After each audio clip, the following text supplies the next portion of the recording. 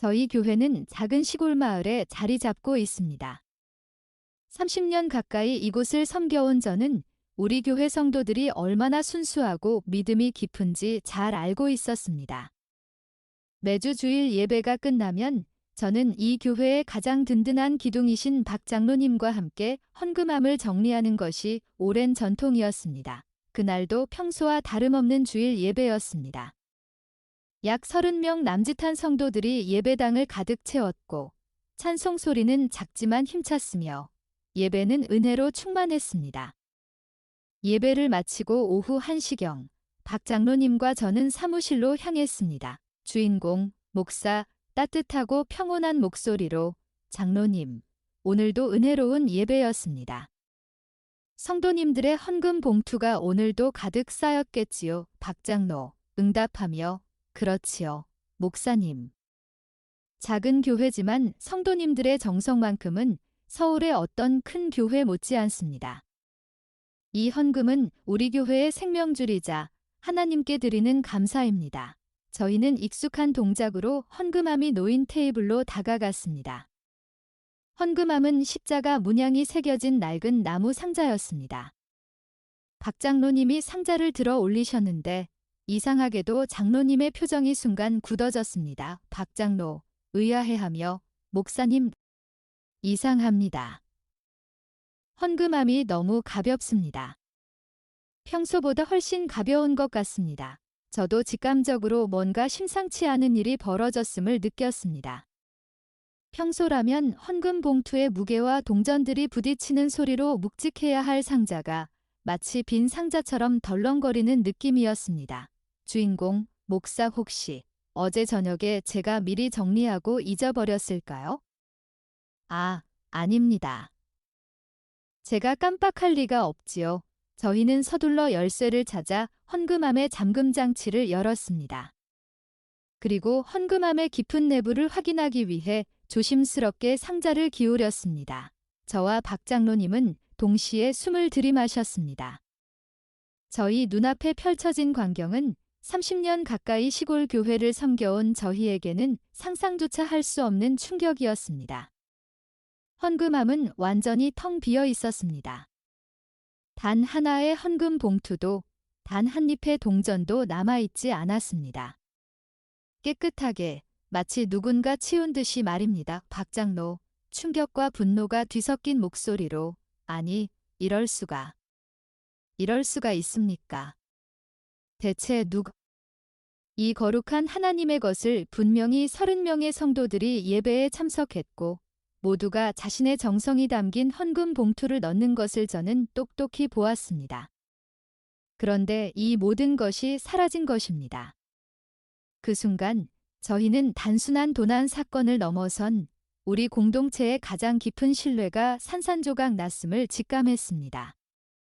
이 작은 시골 교회의 평화로운 일상에 폭풍우가 몰아치기 시작한 것입니다. 텅 빈 헌금함. 십자가 문양이 새겨진 그 낡은 나무 상자는 이제 우리 시골 교회의 30년 가까운 역사에서 가장 충격적이고 슬픈 증거물이 되었습니다.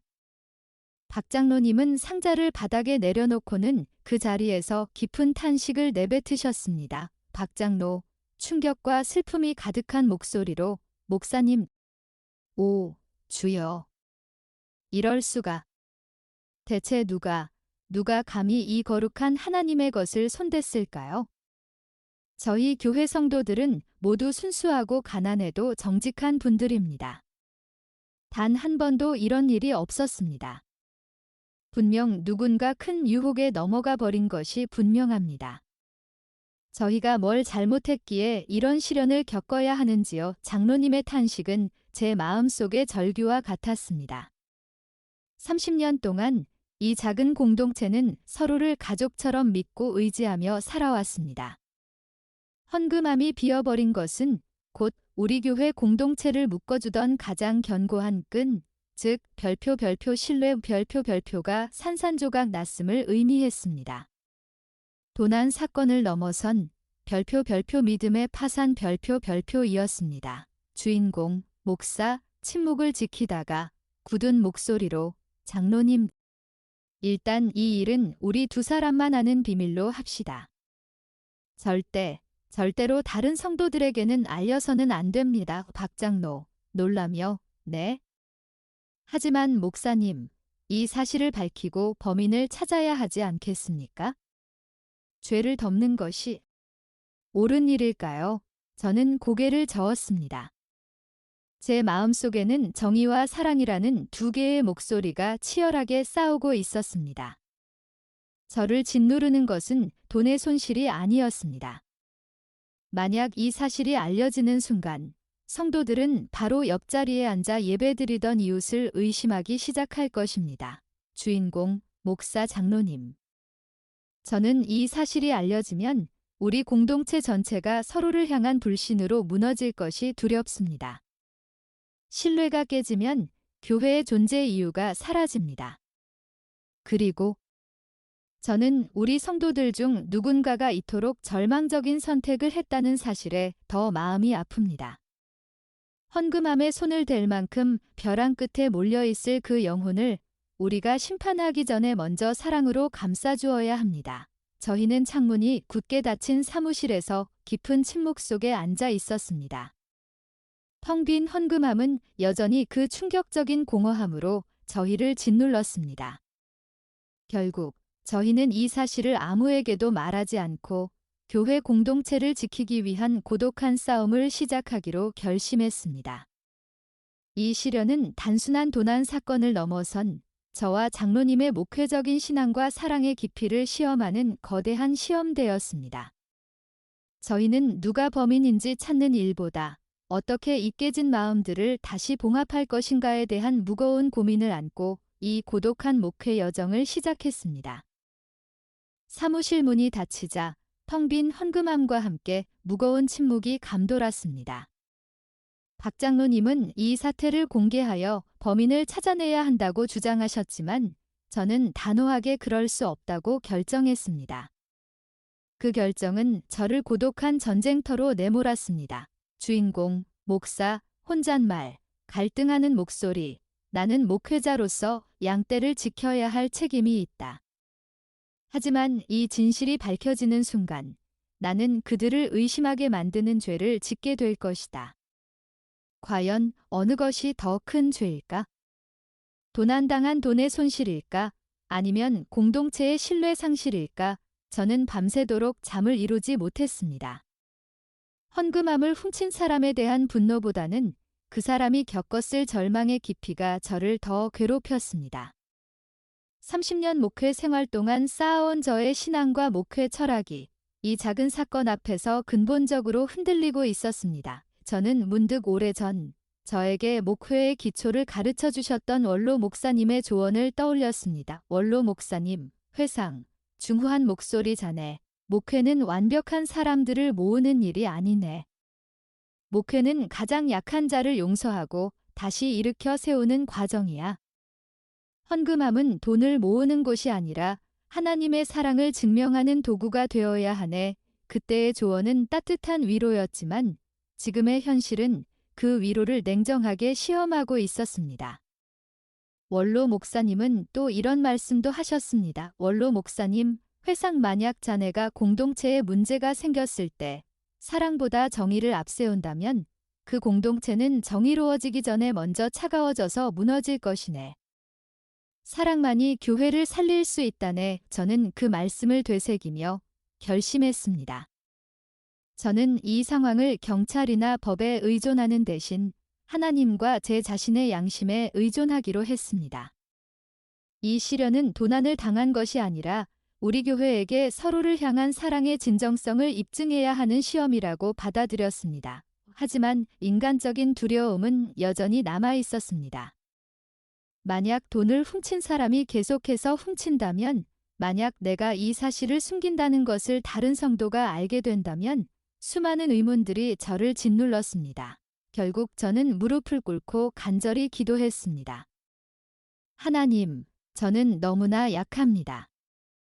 이 텅 빈 헌금함을 어떻게 해야 할지 모르겠습니다.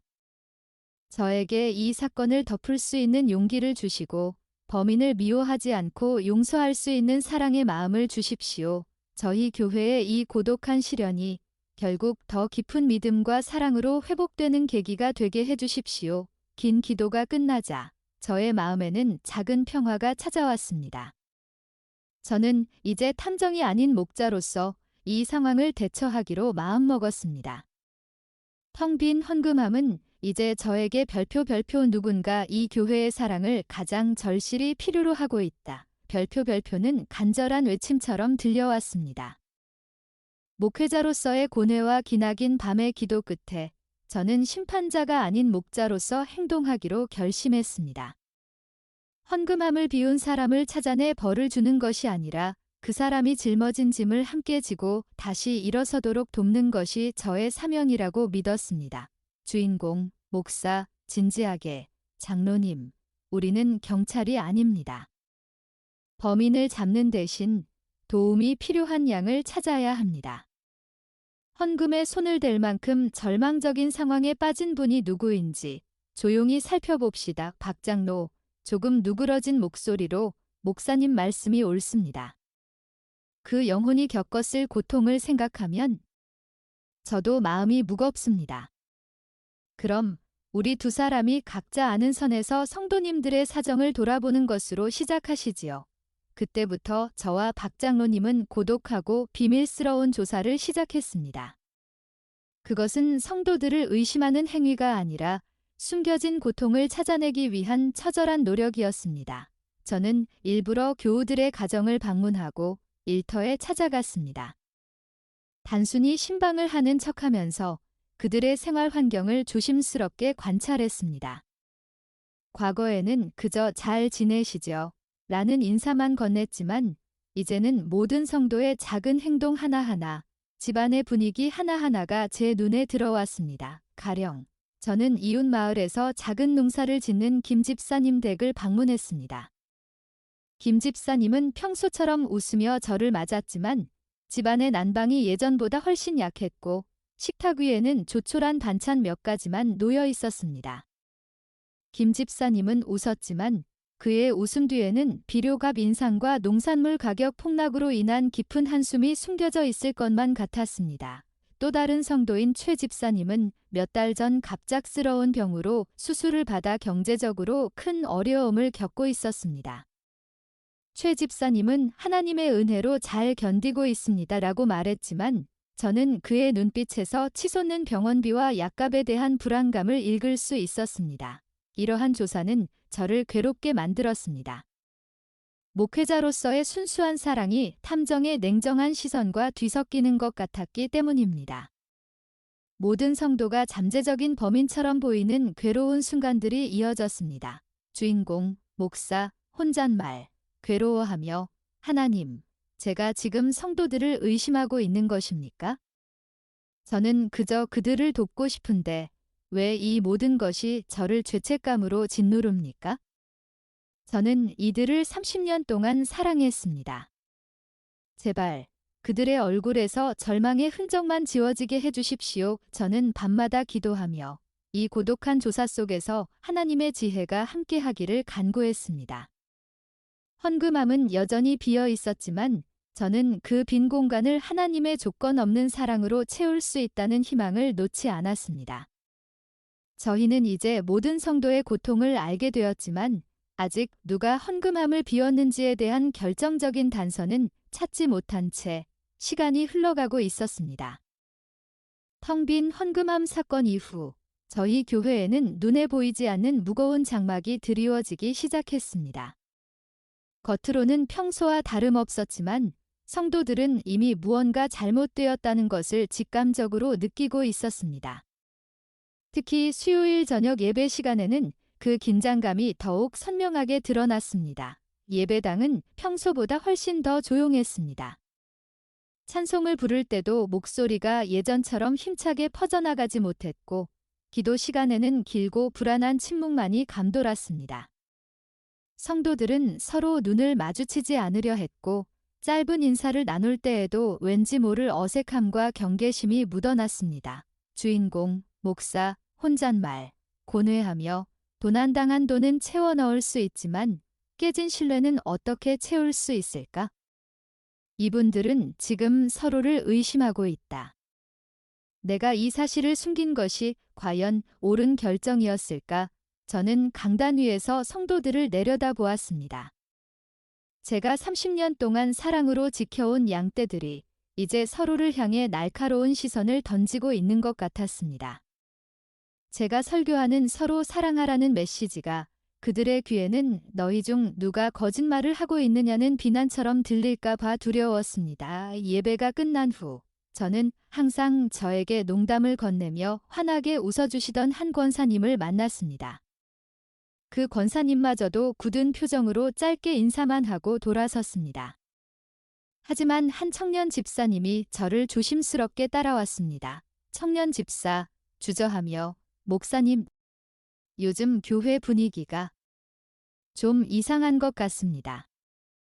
예전 같지 않아요. 모두가 서로를 피하는 것 같고 왠지 모르게 차가워진 것 같습니다. 저는 그 집사님의 솔직한 고백을 들으며 제가 느꼈던 불안감이 전혀 착각이 아니었음을 확인했습니다. 문제는 이제 비밀이 아니었습니다. 도난당한 사실을 아는 사람은 저와 장로님 두 사람뿐이었지만 무언가 문제가 있다는 것은 공동체 전체가 공유하는 무거운 짐이 되어버렸습니다. 저는 서둘러 사무실로 돌아와 무너지는 마음을 다잡기 위해 성경책을 펼쳤습니다. 저의 손은 요한복음 8장의 한 구절에 멈췄습니다. 간음 중에 잡힌 여인에 대한 이야기였습니다. 율법에 따라 돌을 던져 마땅했지만 예수님은 죄 없는 자만이 돌을 던지라고 하셨습니다. 주인공, 목사, 성경 구절을 읽으며 속삭이듯이 나도 너를 정죄하지 아니하노니 가서 다시는 죄를 범하지 말. 요한복음 8시 11분 저는 그 구절을 읽고 깊은 깨달음을 얻었습니다. 저에게 주어진 역할은 정죄하는 것이 아니라 죄로부터 돌이키게 하고 회복을 돕는 것임을 다시 한번 상기했습니다. 이 헌금함 사건은 우리 교회가 율법적 정의와 복음적 사랑 중 어느 길을 선택해야 하는지를 묻는 근원적인 시험이었습니다. 저는 다시 무릎을 꿇고 성도들의 굳어버린 마음을 녹일 수 있는 사랑의 기적을 구하기 시작했습니다. 이 고독하고 절박한 싸움은 이제 제가 아닌 하나님의 손에 맡겨야 했습니다. 텅 빈 헌금함을 발견한 지 일주일이 흘렀습니다. 하지만 그 일주일은 목사로서 제 평생에서 가장 길고 고독한 시간이었습니다. 예배당에는 찬양과 기도가 아닌 불안과 불신의 침묵만이 무겁게 내려앉아 있었습니다. 저는 강단 위에서 성도들의 경직된 얼굴을 보며 매 순간 고통스러웠습니다. 토요일 저녁, 박 장로님이 급하게 사무실을 찾아오셨습니다. 장로님의 얼굴은 수척해 있었고 눈빛에는 일주일 동안 잠 못 이룬 고뇌의 흔적이 역력했습니다. 박 장로, 간절하고 낮은 목소리로 목사님, 더 이상 기다릴 수 없습니다. 저는 너무 괴롭습니다. 성도님들 사이에서 무언가 잘못되었다는 소문이 돌고 있는 것 같습니다. 주일 예배 때 성도들이 서로를 대하는 태도가 예전 같지 않습니다. 이대로 두면 공동체가 완전히 와해될 것입니다. 주인공, 목사, 깊은 한숨을 쉬며 저도 느낍니다. 장로님. 저 역시 매 순간 회개하며 고통스러웠습니다. 이 모든 것이 알려지는 것을 막으려 했지만 성도님들은 이미 영적으로 감지하고 있습니다. 박 장로, 목사님. 저는 이 문제를 공개적으로 해결해야 한다고 주장했던 사람이지만 지금은 다릅니다. 우리 목사님의 사랑의 결정을 따르겠습니다. 하지만 이제는 누가 가장 힘든지 제대한 단서를 찾아야 합니다. 돈을 훔친 것은 죄이지만 그 죄를 짓게 만든 절망은 우리가 함께 짊어져야 할 짐입니다. 장로님의 말씀은 저의 마음을 움직였습니다. 우리는 추론으로 단정할 수는 없지만 가장 도움이 절실한 사람에게 접근해야 했습니다. 저희는 조심스럽게 우리 교회 성도들 중 최근 삶의 고통이 가장 컸던 사람들의 목록을 머릿속으로 떠올렸습니다. 주인공, 목사 장로님, 김 집사님은 최근 농사가 흉년이라 재정적으로 어려움을 겪고 계시고 최 집사님은 병원비 때문에 힘드시죠? 그리고 박 장로, 선희 집사님은 어떻습니까?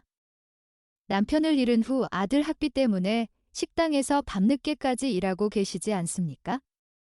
최근에는 유독 얼굴이 더 어두워 보였습니다.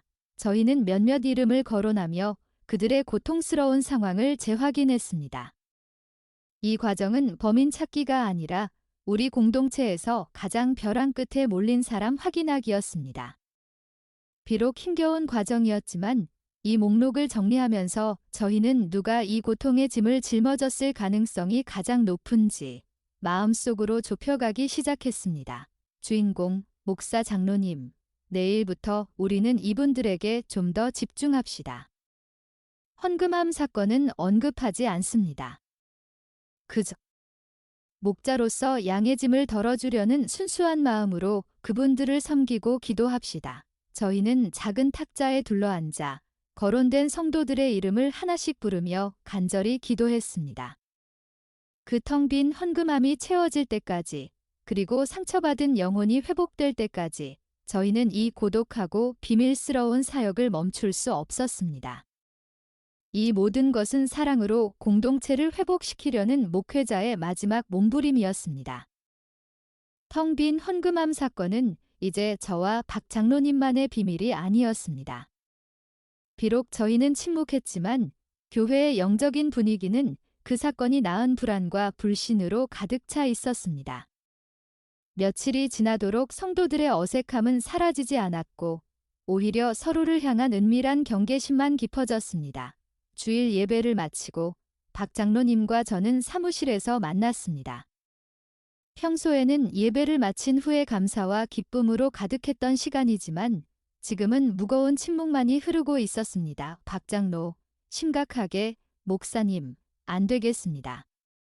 최 집사님 부부가 오늘 저에게 와서 교회에 무슨 일이 있느냐고 조심스럽게 물었습니다. 그들은 예배 시간에 성도들이 눈을 마주치지 않으려는 것을 보고 영적으로 이상하다고 느꼈답니다.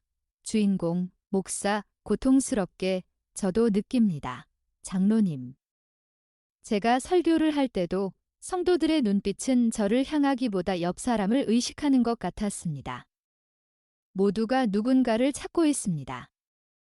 우리 교회는 지금 의심이라는 바이러스에 감염되었습니다. 저희는 이 사태를 외면할 수 없음을 인정했습니다.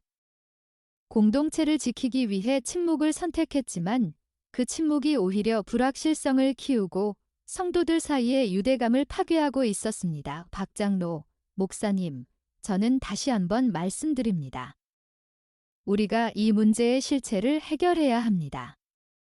헌금함을 훔친 분이 누구인지 아는 것이 아니라 그분이 왜 그랬는지를 알고 그 고통을 감싸주어야 합니다. 이대로 두면 성도들은 결국 교회를 떠날 것입니다. 장로님은 저의 목회 철학인 사랑으로 감싸기에 동의했지만 이제는 행동하는 사랑이 필요하다고 강조하고 계셨습니다. 저는 다시 한번 마음을 다잡고 우리 교회에서 가장 절망적인 상황에 놓여 있다고 생각되는 몇몇 성도들의 이름을 떠올렸습니다. 주인공, 목사 장로님, 제가 한 분에게 마음이 쓰입니다. 남편을 잃은 후 홀로 아이를 키우는 선희 집사님입니다. 최근 식당 일까지 힘들다고 들었습니다. 게다가 그녀는 그날 예배 후 가장 오랫동안 헌금함 근처에 머물렀던 분이기도 합니다. 제가 조심스럽게 선희 집사님의 이름을 꺼내자 장로님의 얼굴도 굳어졌습니다. 그분은 교회에서 가장 헌신적이었지만 가장 고독했던 분이었기 때문입니다. 저희는 그 어떤 확신도 없이 한 영혼의 절망을 추측해야 하는 잔인한 상황에 놓여 있었습니다. 주인공, 목사 장로님, 내일 제가 선희 집사님을 찾아가겠습니다. 헌금함 이야기는 일절하지 않겠습니다. 그저 목회자로서 그녀가 얼마나 힘든지 듣고 도움을 줄 수 있는지 확인해 보겠습니다. 저희는 이 결정을 내리면서도 이 방문이 어떤 결과를 초래할지 알 수 없어 두려웠습니다. 만약 우리의 추측이 맞다면 우리는 그녀의 절망을 어떻게 대해야 할까요? 만약 아니라면 우리는 그녀에게 얼마나 큰 상처를 줄까요? 이 모든 질문을 안고 저는 다음 날 선희 집사님을 찾아갈 준비를 시작했습니다. 저희의 고독한 목회 여정은 이제 가장 절실한 영혼을 향한 결정적인 순간을 맞이하고 있었습니다. 주일 예배 이후 며칠이 지난 화요일 오후, 저는 홀로 선희 집사님의 집으로 향했습니다. 박 장로님과 함께 추측했던 그 이름, 가장 절박한 상황에 놓여 있다고 생각했던 그분을 직접 만나러 가는 길은 무척이나 무거웠습니다. 저는 헌금함 사건을 언급하지 않겠다는 원칙을 지키면서 어떻게 그녀의 숨겨진 고통을 이끌어낼 수 있을지 끊임없이 고민했습니다. 선희 집사님의 집은 마을에서도 가장 변두리에 있었습니다. 남편을 잃은 후 얻은 작은 단칸방이었고 현관문 앞에 놓인 낡은 신발 몇 켤레가 그녀의 고단한 삶을 말해주는 듯 했습니다. 제가 초인종을 누르자 얼마 지나지 않아 집사님이 문을 열었습니다. 주인공, 목사, 부드럽게, 선희 집사님, 제가 왔습니다. 신방차 잠시 들렀습니다. 유선희 집사, 놀라며 당황한 기색이 역력하다. 아이고, 목사님. 이런 누추한 곳에. 죄송합니다. 미리 연락이라도 주시지. 그녀의 얼굴은 며칠 전 교회에서 보았을 때보다 훨씬 창백했고 눈 밑에는 검은 그림자가 짙게 드리워져 있었습니다. 저는 그녀의 지치고 불안한 눈빛에서 절벽 끝에 선 사람의 위태로움을 느꼈습니다. 그녀는 저를 작은 방으로 안내했지만 방 안은 지나치게 깨끗하게 정돈되어 있었는데 마치 무언가를 필사적으로 숨기려는 듯한 느낌마저 들었습니다. 주인공, 목사 집사님, 괜찮으십니까? 요즘 식당 일 하시느라 많이 힘드시죠? 아들 준호는 학교 생활 잘 하고 있습니까? 곧 학비도 부담되실 텐데. 선희 집사, 애써 웃으며, 네, 목사님.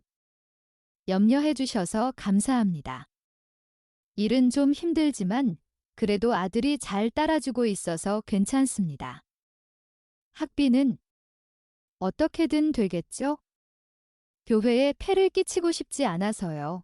그녀는 폐를 끼치고 싶지 않다는 말을 반복했습니다. 저는 그녀의 방 한구석에 놓인 낡은 달력을 보았습니다.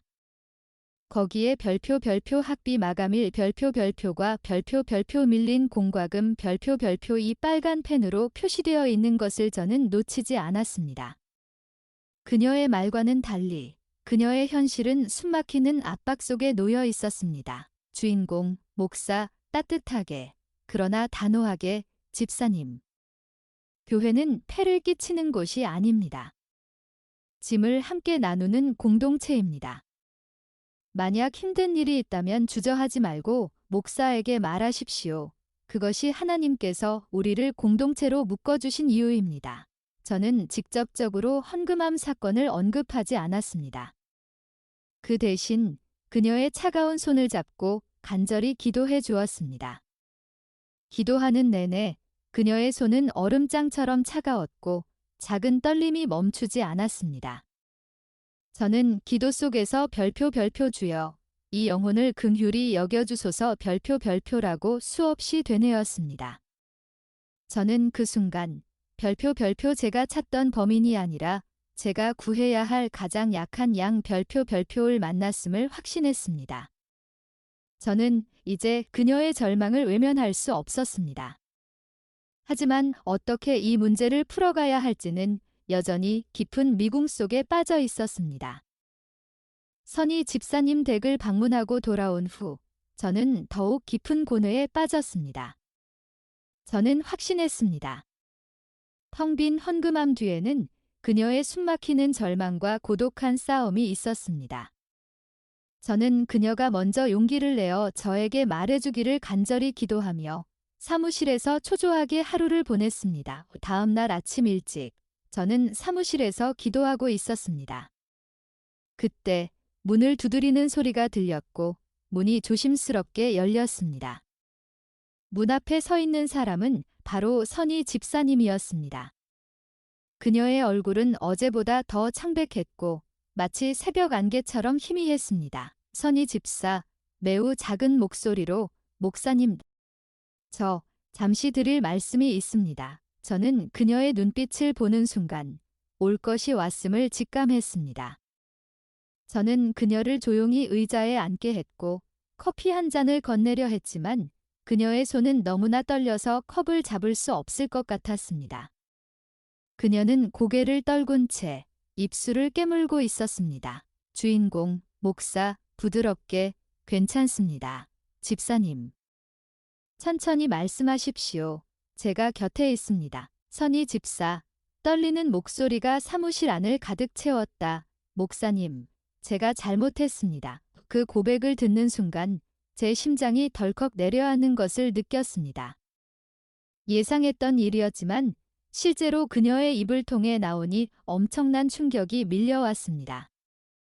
그녀의 손은 마치 낙엽처럼 바들바들 떨리고 있었습니다. 이선희 집사, 흐느끼며 지난 주일에 헌금함에서 제가 가져갔습니다. 제 머릿속이 하얗게 비워졌습니다. 저는 아무 말도 할 수 없었습니다. 목이 메어 한마디도 나오지 않았습니다. 그녀는 고개를 들지 못한 채 계속 울고 계셨습니다. 어깨가 들썩일 때마다 제 가슴도 함께 무너지는 것 같았습니다. 애선희 집사, 겨우 말을 잇는다. 아들이 굶고 있어서 그녀의 목소리가 점점 작아졌습니다. 눈물이 볼을 타고 주르륵 흘러내렸습니다. 그녀는 고백했습니다. 갑자기 해고되어 월급이 줄었고 집에 먹을 것이 하나도 없었다는 절망적인 상황을 말입니다. 그녀가 헌금함에 손을 댄 것은 엄마로서의 마지막 몸부림이었습니다. 선희 집사, 딱 하루만 버티려고 그랬습니다. 제가 바로 돌려놓으려 했습니다. 용서해 주십시오, 목사님. 저는 너무나 큰 죄를 지었습니다. 성도들을 의심했던 제 모습, 지금 눈앞에서 죄책감에 무너지는 선희 집사님, 그리고 이 모든 상황에 대한 무거운 책임감이 한꺼번에 저를 짓눌렀습니다. 헌금함은 비었지만 그 빈 공간을 채우고 있던 것은 돈이 아니라 한 영혼의 처절한 절망과 목회자의 고뇌였습니다.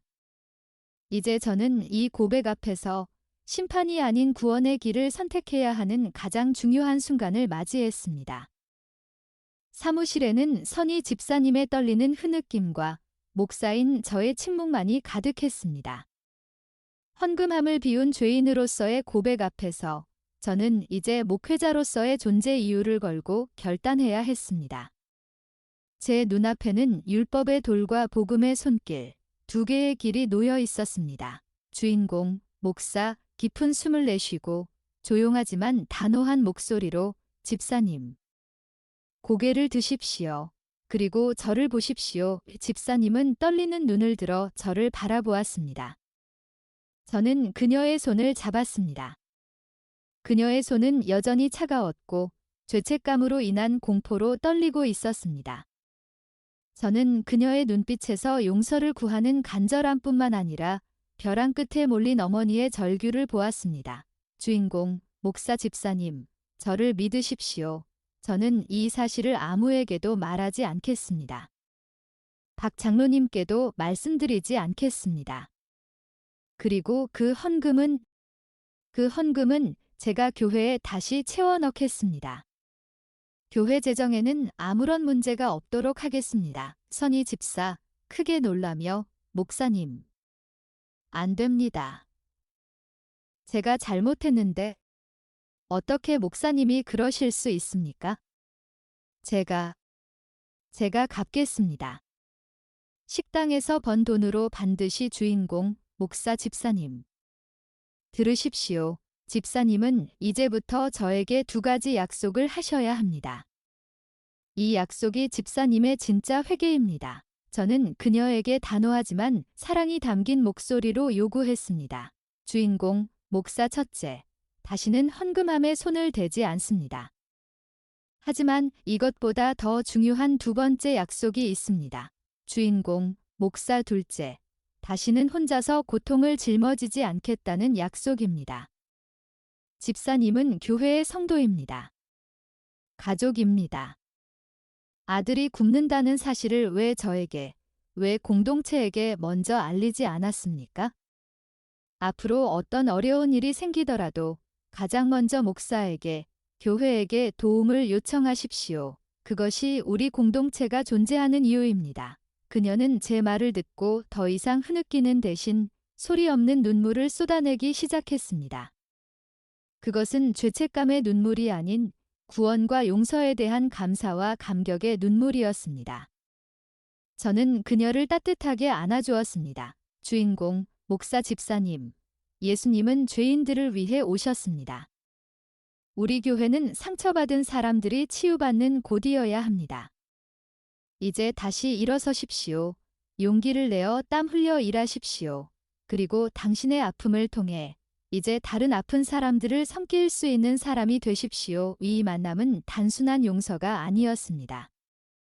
그것은 잃어버린 양 한 마리를 다시 품에 안는 목자의 사랑이었습니다. 저는 그녀에게 어떤 징계도, 어떤 비난도 내리지 않았습니다. 대신 저는 그날 즉시 개인 돈으로 헌금함에 비어있던 금액을 채워 넣었습니다. 겉으로는 아무 일도 없었던 것처럼. 하지만 제 마음과 선희 집사님의 영혼 속에서는 가장 위대한 회복의 기적이 시작되고 있었습니다. 선희 집사님의 눈물 젖은 고백 이후 저는 곧바로 박 장로님을 사무실로 불렀습니다. 이 중대한 비밀은 우리 두 사람 사이에서만 다뤄져야 했기에 장로님에게 모든 진실을 털어놓았습니다. 장로님은 처음에는 놀라셨지만 이내 눈물을 닦으시고는 고개를 끄덕이셨습니다. 박 장로, 감격과 안도가 섞인 목소리로 아이고, 목사님, 저의 의심이 너무나 죄송합니다. 그저 도둑이라고 생각했는데 한 영혼의 절규였군요. 집사님을 벌하지 않고 감싸 안으신 목사님의 결정이 옳았습니다. 감사합니다. 주인공, 목사 장로님. 이제는 별표 사랑의 실천 별표 2 필요합니다. 집사님은 당장의 돈이 아니라 자존심을 지키면서 일할 수 있는 안정적인 기회가 필요합니다. 단순한 구제는 그녀에게 또 다른 짐이 될 것입니다. 저희는 머리를 맞대고 고민했습니다. 선희 집사님에게 정기적인 수입을 제공하면서도 다른 성도들에게는 의심을 사지 않고 무엇보다 그녀의 자존심을 건드리지 않을 방법을 찾아야 했습니다. 박 장로, 곰곰이 생각하다가 목사님, 좋은 생각이 있습니다. 우리 교회가 너무 낡고 오래되어서 청소나 시설 관리가 제대로 안 되지 않습니까? 제가 목사님께 말씀드렸지만 예산 문제로 미루고 있던 그 일 말입니다. 주인공, 목사, 교회 관리 및 청소 사역 말씀이십니까? 매주 주일만으로는 한계가 있었지요. 박 장로, 그렇습니다. 정식으로 교회 환경관리 및 보조 행정 담당 직책을 만듭시다. 그리고 선희 집사님에게 이 일을 맡기는 겁니다. 매일 오전에 2~3시간, 그리고 주일에 봉사하는 시간까지 포함해서 안정적인 월급을 제공하는 것입니다. 이 월급은 제가 일부를 보조하고 나머지 부족분은 목사님의 개인 헌금으로 충당하면 됩니다. 그것은 완벽한 계획이었습니다. 이 직책은 그녀에게 별표 구제금 별표 2이 아닌 별표 땀 흘려번 정당한 대가 별표를 제공했습니다.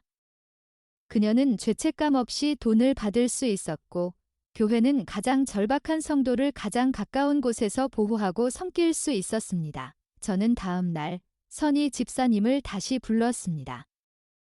헌금함 사건은 일절 언급하지 않고 교회에 그녀의 정직함과 성실함이 절실하게 필요하다는 점을 강조했습니다. 주인공, 목사 집사님, 하나님께서 집사님에게 새로운 사명을 주셨습니다.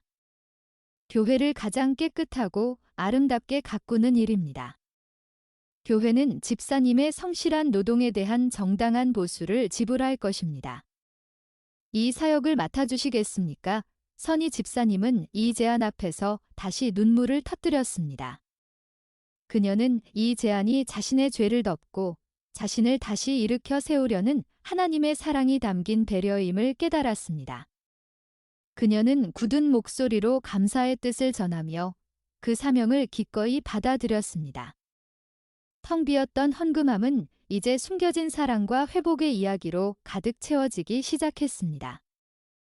목사님과 박 장로님의 비밀스러운 계획이 실행된 후 선희 집사님은 교회의 환경관리 및 보조 행정 담당이라는 새로운 직책을 맡게 되었습니다. 이 일은 그녀에게 단순한 수입 이상의 의미였습니다. 그것은 자신이 여전히 공동체의 소중한 일원이며 땀 흘려 일할 자격이 있다는 것을 증명하는 기회였습니다. 선희 집사님은 새로운 사명을 받은 후 완전히 다른 사람이 되었습니다. 그녀는 더 이상 불안과 공포에 떨지 않았습니다. 그녀의 얼굴에는 희미하게나마 평안의 미소가 피어나기 시작했습니다.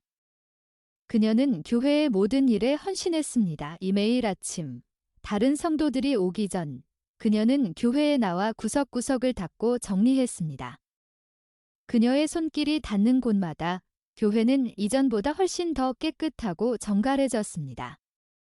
그녀가 청소하는 모습은 마치 자신의 죄책감을 씻어내는 행위처럼 보였고 그 땀방울은 과거의 절망을 털어내는 정화의 물과 같았습니다. 성도들은 처음에 의아해했습니다. 선희 집사님이 왜 저렇게 매일 교회에 나와서 청소를 하실까? 봉사라기엔 너무 헌신적이시다라고 수군거렸습니다.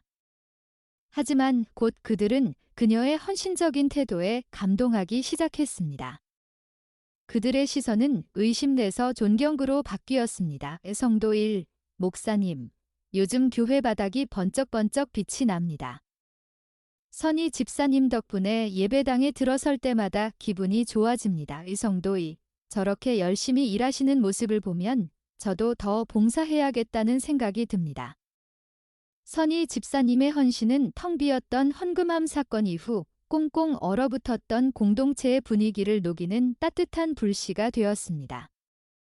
성도들은 더 이상 서로를 의심하지 않았습니다. 그들은 누군가 고통받고 있음을 느꼈던 불신 대신 누군가 열심히 회복하고 있음을 목격하는 기쁨을 공유했습니다. 박 장로님은 이 모든 과정을 지켜보며 감격에 젖었습니다.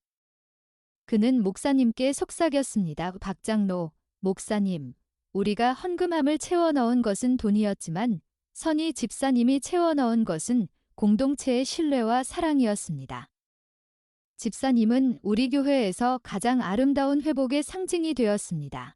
선희 집사님은 이제 더 이상 고독한 어머니가 아니었습니다. 그녀는 교회의 사랑 안에서 보호받고 자신의 정당한 노동을 통해 아들을 양육하며 다시는 절망하지 않겠다는 약속을 묵묵히 지켜나갔습니다.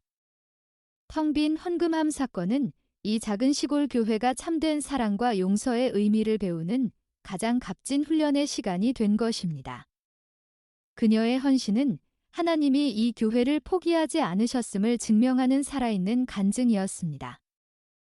선희 집사님이 교회의 환경관리 사역을 맡은 지 몇 달이 흘렀습니다. 그녀의 헌신적인 봉사는 교회 곳곳에 평안과 정갈함을 가져다 주었고 성도들은 다시 서로를 믿고 의지하는 따뜻한 공동체로 돌아오기 시작했습니다. 그녀는 이제 교회의 가장 밝고 희망찬 얼굴이었습니다. 주일 예배가 끝난 어느 날이었습니다. 저는 사무실에서 다음 주 설교를 준비하고 있었고 박 장로님은 평소처럼 헌금함을 정리하기 위해 홀로 예배당으로 가셨습니다. 저는 그날따라 왠지 모르게 마음이 평안하고 기대에 차 있었습니다. 얼마 지나지 않아 박 장로님이 사무실로 돌아오셨습니다. 평소와 달리 장로님의 얼굴에는 놀라움과 기쁨이 교차하는 복잡한 감정이 서려 있었습니다. 장로님은 헌금 바구니를 내려놓으시더니 그중 가장 낡고 작은 봉투 하나를 조심스럽게 꺼내 제게 보여주셨습니다. 박 장로, 벅찬 목소리로 목사님, 이것을 보십시오. 이 봉투를 보고 저는 눈물을 참을 수 없었습니다. 저는 그 봉투를 건네받았습니다. 그것은 다른 봉투들처럼 깨끗하고 반듯하지 않았습니다. 약간 구겨져 있었고 손때가 묻어 있었으며 봉투의 한 귀퉁이는 닳아 있었습니다. 그것은 선희 집사님의 헌금 봉투였습니다. 봉투의 앞면에는 별표 감사 헌금 별표이라고 또박또박 적혀 있었고 그 옆에는 작은 글씨로 이렇게 쓰여 있었습니다. 하나님께 감사하며 다시 드립니다. 봉투 안에는 그녀가 땀 흘려 번 정당한 노동의 대가 중 일부인 돈이 들어 있었습니다. 그것은 그녀가 과거에 가져갔던 금액보다 많을 수도 적을 수도 있었습니다. 하지만 그 돈의 액수는 전혀 중요하지 않았습니다. 주인공, 목사, 목이 메어, 장로님, 집사님이 마침내 스스로의 힘으로 그것도 감사함으로 갚았습니다. 박장로, 그렇습니다. 목사님. 이 헌금은 단순히 빚을 갚은 행위가 아닙니다. 이 봉투는 죄책감의 짐을 완전히 내려놓고 하나님과의 관계가 온전히 회복되었음을 선언하는 증표입니다. 집사님은 이제 더 이상 빚진 자가 아닙니다. 저는 그 봉투를 가슴에 품었습니다. 텅 비었던 헌금함은 이제 선희 집사님의 진정한 회복과 감사라는 가장 귀한 헌금으로 채워졌습니다. 이 사건은 우리 교회에게 정의는 사랑을 통해 완성된다는 것을 가르쳐 주었습니다. 만약 우리가 그날 집사님을 공개적으로 비난하고 쫓아냈다면 이 아름다운 회복의 이야기는 세상에 존재할 수 없었을 것입니다. 그날 밤, 저는 그 작은 헌금 봉투를 들고 깊이 감사 기도했습니다.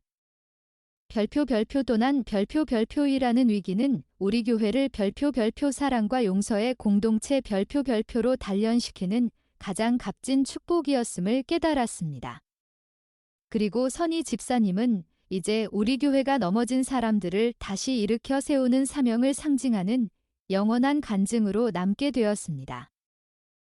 선희 집사님의 헌금 봉투가 돌아온 후 저는 비로소 텅 비었던 헌금함 사건이 완벽하게 마무리되었음을 느꼈습니다. 돈의 회복이 아니라 영혼의 회복이었습니다. 저는 이 사건을 통해 30년 목회 생활 동안 깨닫지 못했던 가장 깊은 진리를 배웠습니다. 저는 박 장로님과 함께 조용히 지난 몇 달의 여정을 돌아보았습니다. 의심과 불안, 그리고 고독한 침묵 속에서 방황했던 시간들이었습니다. 주인공, 목사, 차분하지만 깊은 깨달음이 담긴 목소리로 장로님, 저는 이제 확신합니다. 이 사건은 우리 교회를 무너뜨리기 위한 위기가 아니었습니다. 오히려 우리를 더 단단하게 묶어주시고 사랑이 무엇인지 가르쳐 주시기 위한 하나님의 영적인 훈련이었습니다. 박장로, 맞습니다. 목사님. 만약 우리가 그날 집사님을 공개적으로 정죄했더라면 우리는 정의를 세웠을지 모르지만 사랑을 잃었을 것입니다. 그리고 사랑을 잃은 교회는 아무리 재정이 풍족해도 이미 빈 껍데기나 다름없습니다. 저는 이 고귀한 경험을 저와 장로님만의 비밀로 남겨둘 수 없음을 깨달았습니다.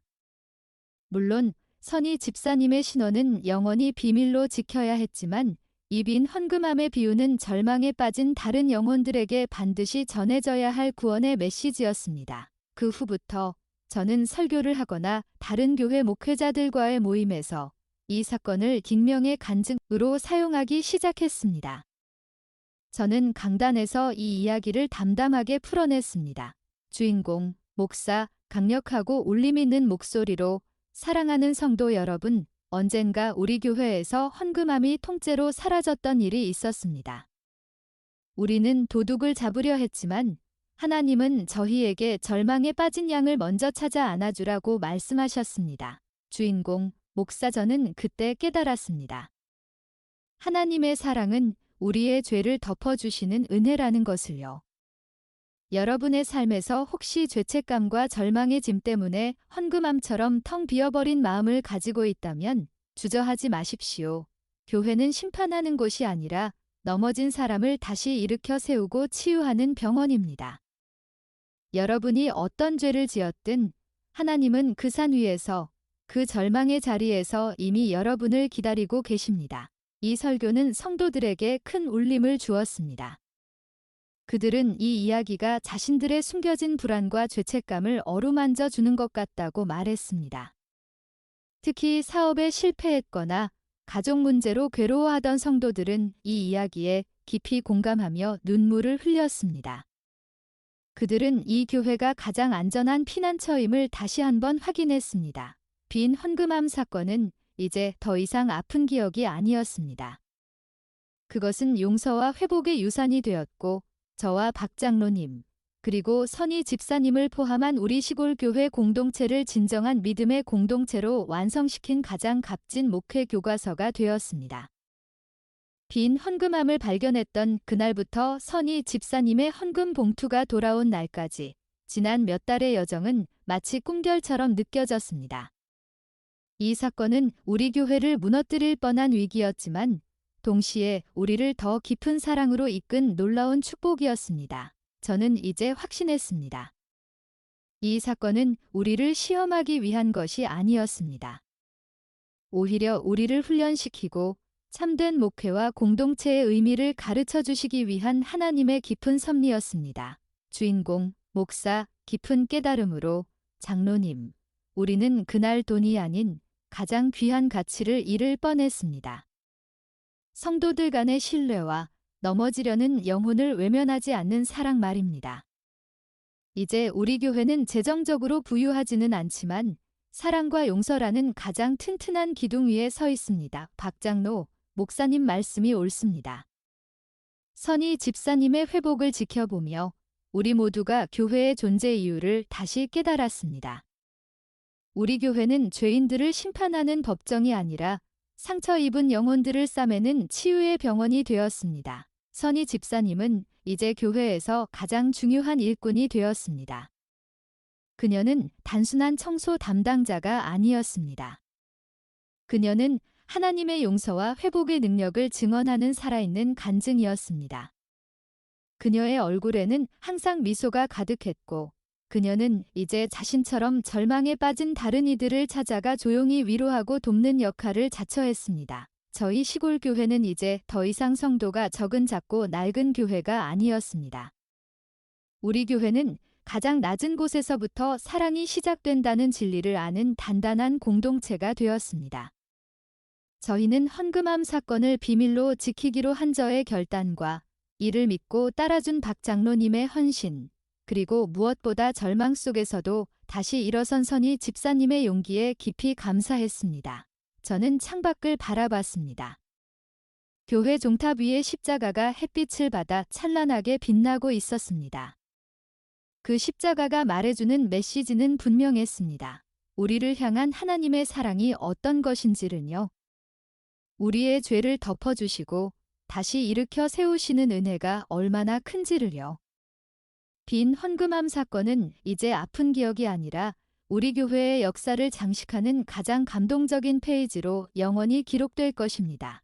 진정한 목회는 완벽한 공동체를 만드는 것이 아니라 넘어진 사람을 일으켜 세우고 상처받은 영혼을 끝까지 포기하지 않는 것임을 저는 이 사건을 통해 영원히 배웠습니다.